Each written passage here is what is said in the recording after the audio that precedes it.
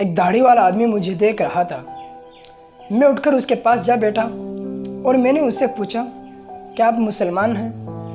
اس نے مسکرا کر جواب دیا، نہیں، میں یہودی ہوں اور ربی ہوں اور پیرس میں اسلام ہی پر پی ایچ ڈی کر رہا ہوں۔ میں نے اس سے پوچھا، تم اسلام کے کس پہلو پر پی ایچ ڈی کر رہے ہو؟ وہ شرما گیا اور تھوڑی دیر سوچ کر بولا، میں مسلمانوں کی شدت پسندی پر پی ایچ ڈی کر رہا ہوں۔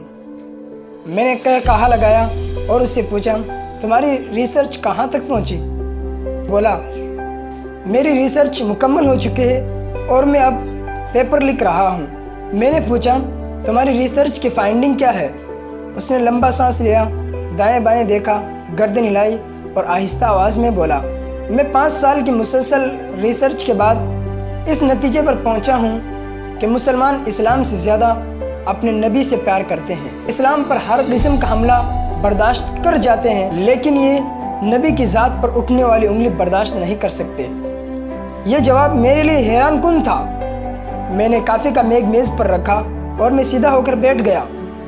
وہ بولا، میری ریسرچ کے مطابق مسلمان جب بھی لڑے اور جب بھی اٹھے اور جب بھی لپکے، اس کی وجہ نبی اکرم صلی اللہ علیہ وسلم کی ذات تھی۔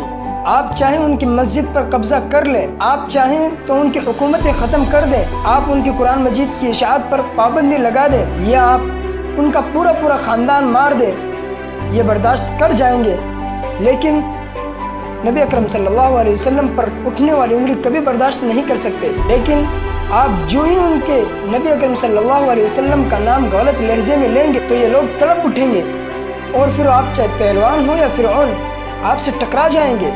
میں حیرت سے اس کی طرف دیکھتا رہا۔ وہ بولا، میری فائنڈنگ ہے، جس دن مسلمانوں کے دل سے نبی اکرم صلی اللہ علیہ وسلم کی محبت نکل جائے گی، اس دن اسلام ختم ہو جائے گا۔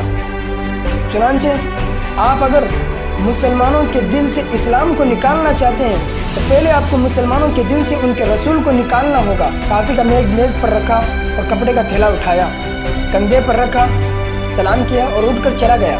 لیکن میں اس دن سے ہکا بکا بیٹھا ہوں اور میں اس یہودی ربی کو اپنا محسن سمجھتا ہوں، کیونکہ اس کی ملاقات سے پہلے میں صرف سماجی مسلمان تھا، لیکن اس نے مجھے 2 فقروں کے اندر پورے اسلام کو سمجھا دیا اور میں جان گیا کہ رسول اللہ صلی اللہ علیہ وسلم سے محبت اسلام کی روح ہے، اور یہ روح جب تک قائم ہے اس وقت تک اسلام کا وجود بھی قائم ہے۔